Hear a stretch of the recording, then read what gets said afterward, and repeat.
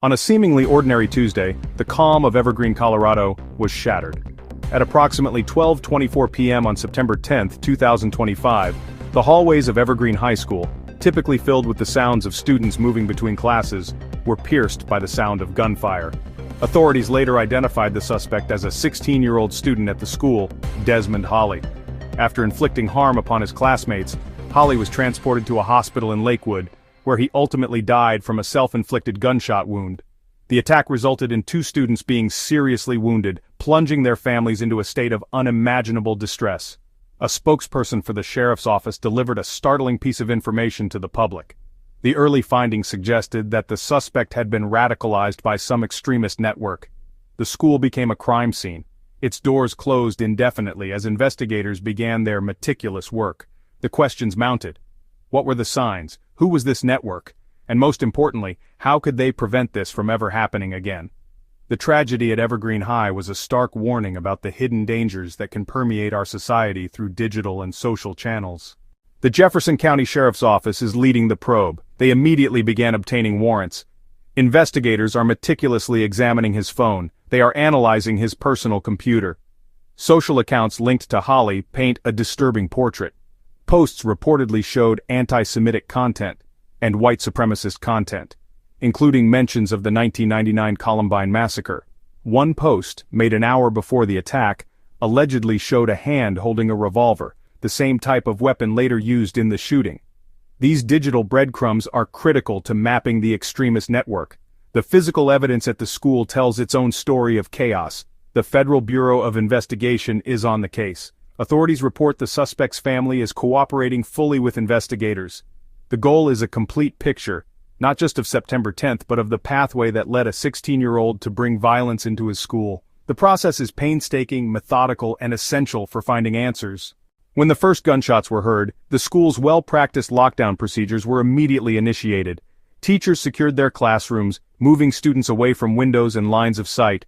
This rapid response was the result of years of drills and preparation designed for exactly this type of terrifying scenario.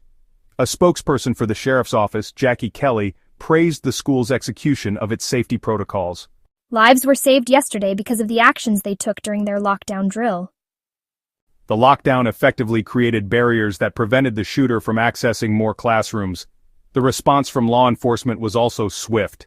The first calls reporting the shooting came in at 12:24 p.m. Officers were on the scene within minutes. They entered the school and located the suspect. Importantly, no shots were fired by any of the responding officers. However, there was no school resource officer on campus at the time of the shooting.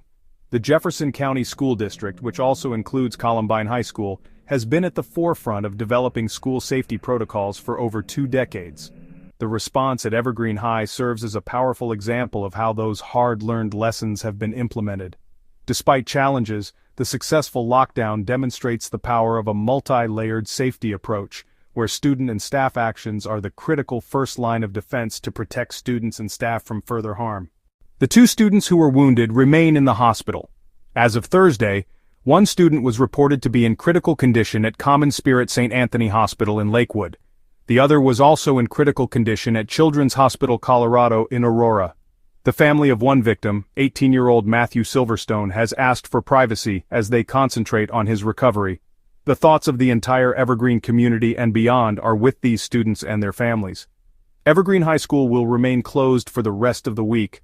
The district is organizing mental health resources and counseling services for anyone affected by the tragedy.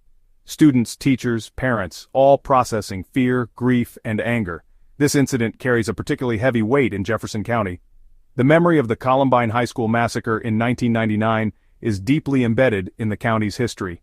Now, this new act of violence reopens old wounds while creating new ones.